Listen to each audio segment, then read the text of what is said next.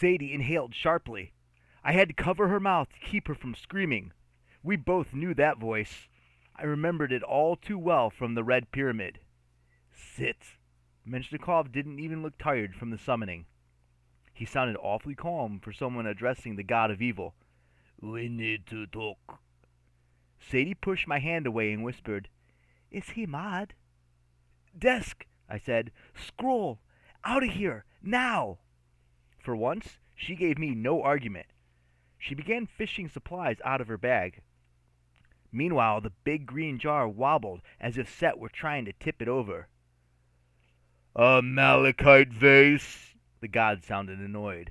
Really, Vladimir? I thought we were on friendlier terms than that. Menshnikov's laugh sounded like someone choking a cat. Excellent at constraining evil spirits, isn't it? And this room has more malachite than any other place on earth. Empress Alexandra was quite wise to have it built for her drawing room. The jar plinked. But it smells like old pennies in here, and it's much too cold. Have you ever been stuck in a malachite jar, Vlad? I'm not a genie. I'd be so much more talkative if we could sit face to face, perhaps over tea. I'm afraid not, said Menshnikov. Now you'll answer my questions. Oh, very well, Set said. I like Brazil for the World Cup. I'd advise investing in platinum and small-cap funds. And your lucky numbers this week are 2, 13. Not those questions, Menshnikov snapped. Sadie pulled a lump of wax from her bag and worked furiously, fashioning some kind of animal shape. I knew she was going to test the desk for magical defenses. She was better at that kind of spell than I was, but I wasn't sure how she'd do it. Egyptian magic is pretty open-ended. There's always 1,000 different ways to accomplish a task.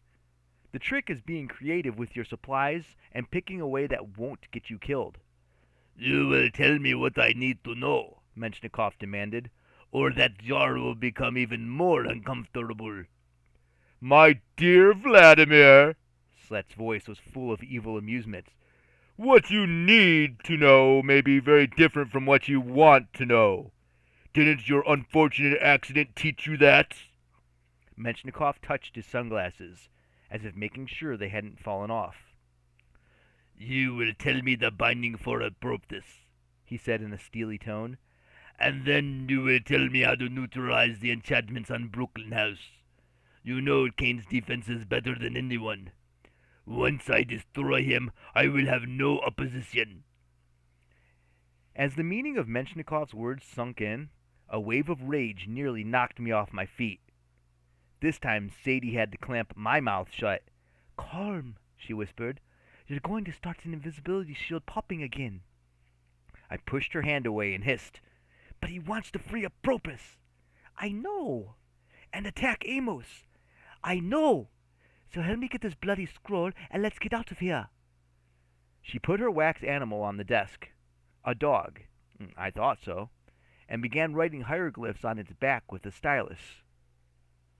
I took a shaky breath. Sadie was right, but still, Menshnikov was talking about freeing Apropos and killing our uncle. What kind of magician makes deals with Set? Except for Sadie and me. That was different. Ha ha ha ha ha ha! Set's laugh echoed inside the green vase. So the binding for Apropos and the secrets for Brooklyn House. Is that all, Vladimir? I wonder what your master Desjardins would think if he found out your real plan and the sorts of friends you keep. Menshnikov snatched up his staff. The carved serpent tip flared again. Be careful with your threats, evil day. The jar trembled. Throughout the room, the glass cases shivered. The chandelier jangled like a 3-ton wind chime. I gave Sadie a panicked look. Did he just... Secret name. That's Set's secret name, she confirmed, still writing on her wax dog. How? I don't know, Carter. Shh. A god's secret name had all kinds of power. It was supposed to be almost impossible to get. To truly learn it, you couldn't just hear it repeated by some random person. You had to hear it straight from the god himself, or from the person closest to his heart.